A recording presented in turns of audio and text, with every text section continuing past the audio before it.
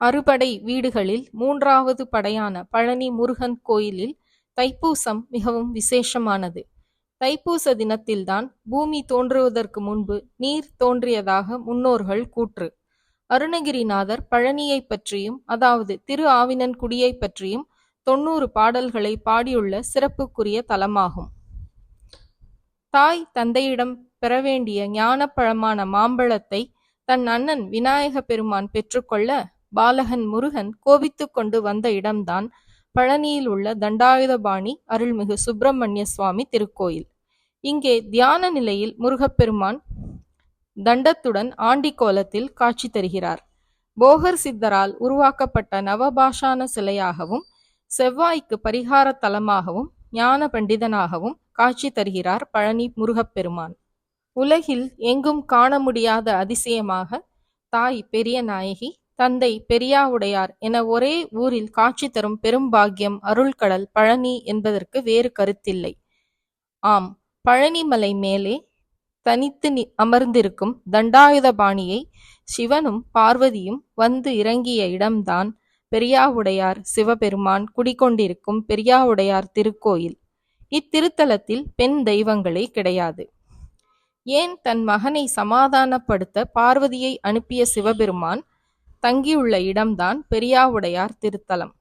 பழனியிலிருந்து 5 kilometre தூரத்தில் உள்ளது. மானூர் கிராமத்தில் உள்ளது. பார்வதி தேவியை தன் மகனிடம் சமாதானப்படுத்த அனுப்ப பார்வதி தேவி பெரிய நாயகி அம்மனாக பழனியிலே தங்கிவிட்டார். இங்குதான் பழனிமலை முருகன் தண்டாயுதபாணிக்கு தைப்பூச விழாவிற்கு கொடியேற்றம், தேர் திருவிழா முதல் முருகப்பெருமான் முத்துக்குமாரசாமியாக வள்ளி தெய்வானையுடன் காட்சி தரும் இடம் பழனியில் பெரிய நாயகி அம்மன் கோயிலே. திருமண கோலத்தில் இடப்பக்கம் கைலாசநாதர் பெரியாவுடையார் சிவபெருமானும், வலப்பக்கத்தில் தாயார் பார்வதி தேவி பெரிய நாயகி அம்மனுக்கும் நடுவில் சோமாஸ்கந்தராக எம்பெருமான் முருகப்பெருமான் காட்சி தருகிறார். இங்கே திருமணமாகாத ஆண் பெண் இருவரும் இங்கு வந்து சோமாஸ்கந்தருக்கு நெய் தீபம் ஏற்றி வழிபட்டால் விரைவில் திருமணம் கைகூடும் என்பது ஐதீகம். இரண்டாவது கோயில் திரு ஆவினன்குடி திருக்கோயில். திரு என்றால் லட்சுமி, ஆ என்றால் காமதேனு, இனன் என்றால் சூரியன் என்பதே திரு ஆவினன்குடியின் பொருள். இத்தலத்தில் அக்னியும் வாயு பகவானும் வழிபட்டு வந்துள்ளனர். தமிழ்நாட்டில் சனீஸ்வர பகவானுக்கு தனி கோயில் உள்ளது பழனியில் மட்டுமே. மேலும் குழந்தை வேலப்பருக்கு எதிரில் கிழக்கு நோக்கி இருப்பது மிகவும் விசேஷமானது. இத்தலத்தில்தான் மகாலட்சுமி பைரவருக்கு எதிரில் இருப்பது மிகவும் சிறப்பு வாய்ந்தது. முருகப்பெருமான் மாம்பழத்திற்காக சண்டையிட்டு குழந்தை வடிவில் நின்ற இடம் இங்கே குழந்தை வேலப்பர் என்று பெயர். திரு ஆவினன்குடியில் முருகப்பெருமான் ஞான குழந்தையாக காட்சி தந்த இடம் என்பதால் அறிவுத்திறன் திறக்கும் இடமாக இத்தலம் இருப்பதால் கல்வித்திறன் அதிகரிக்க இங்குள்ள முருகப்பெருமானை வணங்கினால் அறிவுத்திறன் கூடும், மேலும் சனிதோஷமும் நிவர்த்தியாகும் என்பது தல வரலாறு. பழனியில் முருகப்பெருமானுடைய 2வது திருக்கோயிலாகும். இங்கேதான் அருணகிரிநாதருக்கு ருத்ராட்ச மாலை எடுத்து கொடுத்து அறிவுக்கண் திறந்தார். இங்குதான் திருப்புகழ் பாடினார் அருணகிரிநாதர். முருகப்பெருமான் தண்டாயுதபாணியாக மலை மேலே காட்சி தருகிறார்.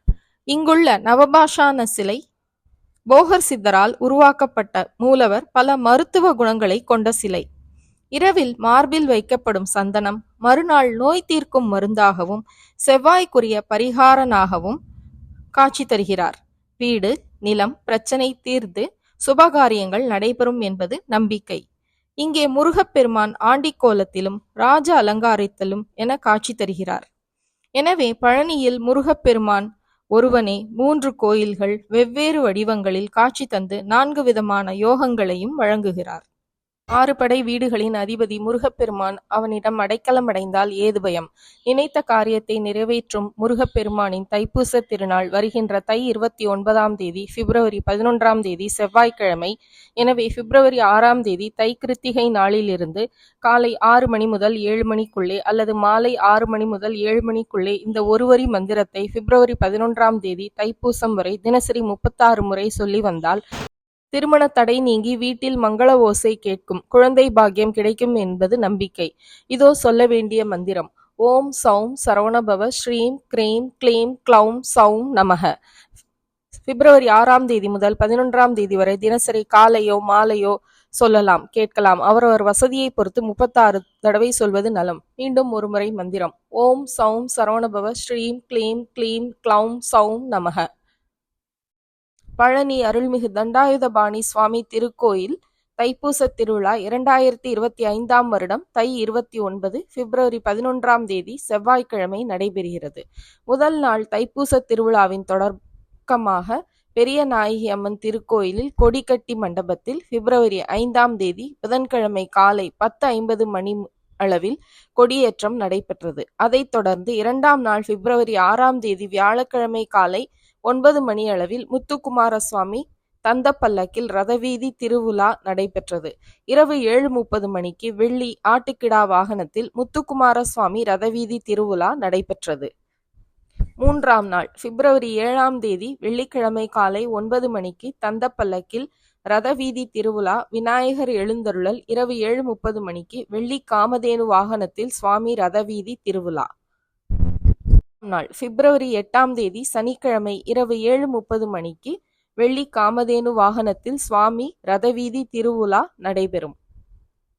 5ஆம் நாள் பிப்ரவரி 9ஆம் தேதி ஞாயிற்றுக்கிழமை காலை 9 மணிக்கு முத்துக்குமார சுவாமி தந்தப்பல்லக்கில் ரதவீதி திருவிழாவும் இரவு 7:30 மணிக்கு வெள்ளி யானை வாகனத்தில் திருவிழா. 6ஆம் நாள் பிப்ரவரி 10ஆம் தேதி மாலை 7 மணிக்கு மேல் இரவு 8 மணிக்குள் சிம்ம லக்னத்தில் அருள்மிகு வள்ளி தெய்வ நாயகி அம்மன் முத்துக்குமார சுவாமி திருக்கல்யாணம் நடைபெறும். பின்பு சுவாமி வெள்ளி ரதத்தில் ரதவீதி திருவிழா திருமண கோலத்தில் வருதல். பிப்ரவரி 7ஆம் நாள் 11ஆம் தேதி செவ்வாய்க்கிழமை காலை 5 மணிக்கு மேல் 6 மணிக்குள் அருள்மிகு வள்ளி தேவசேனா சமேத முத்துக்குமார சுவாமி தோளுக்கினியாளின் சண்முக நதிக்கு எழுந்தருளி தீர்த்தம் கொடுத்தல். காலை 11:15 மணிக்கு மேல் 12 மணிக்குள் மேஷ லக்னத்தில் அருள்மிகு பெரிய நாயகி அம்மன் திருக்கோயிலில் சுவாமி திருத்தேரில் எழுந்தருளல். மாலை 4:45 மணிக்கு மேல் திருத்தேர் வடம் பிடித்தல். திருத்தேர் நிலை வந்தவுடன் தந்தப்பல்லக்கில் தேர்கால் பார்த்தல்.